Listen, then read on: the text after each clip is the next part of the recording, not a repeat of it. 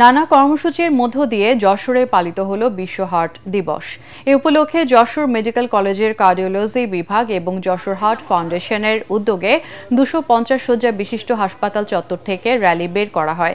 র্যালিতে যশোর হার্ট ফাউন্ডেশনের president professor doctor M A. Rashid এবং যশোর মেডিকেল কলেজের অধ্যক্ষ professor doctor A H M. Ahsan Habib সহ যশোর মেডিকেল কলেজ হাসপাতালের সকল হার্ট স্পেশালিস্ট এবং অন্যান্য বিভাগের ডাক্তার এবং এসিআই ফার্মাসিউটিক্যালস এবং কর্মকর্তারা উপস্থিত ছিলেন।